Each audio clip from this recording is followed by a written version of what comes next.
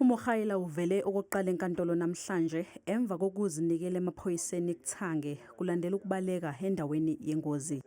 Umbuso awusiphikisanga isicelo sakhe sebheyili, kanti inkantolo ithe akayena umuntu oyingozi emphakathini.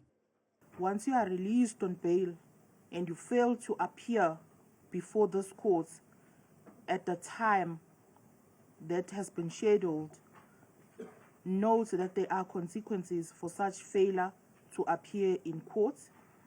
Umphakathi kanye nomndeni wezisulu abaneme ngesinqumo senkantolo. This guy fled the scene, so I might not know the law to that extent, but he's a flight risk.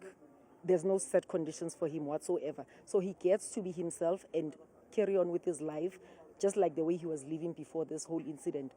Kusenjalo, usilaxazile isicelo sebheyili uRachel Shokwane, owabe eyiphoyisa eLimpopo, osolwa ngokubulala izihlobo zakhe ukuze athole imali yomshwalense. Yena kanye nabanye ababili asolwa nabo okungudade wabo nendodakazi yakhe babhekene necala lokukhwabanisa imali ebalelwa ezigidini eziyishumi zamarandi abayithola ngokungemthetho kumshwalense njengoba kusolwa ukuthi babulala abantu ukuze bethole le mali. The defense has decided to abandon the bail application of all accused. They've realized that through the extensive cross-examination which was done yesterday, they can't stand any chance to proceed with this bail application.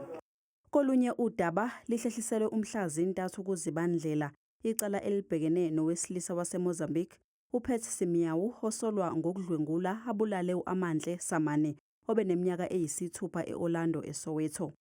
Uvele enkantolo yemantshi yaseProtea namhlanje wacela ukuthi ayohlolwa esibhedlela njengoba ethi ushayiwe esitokisini.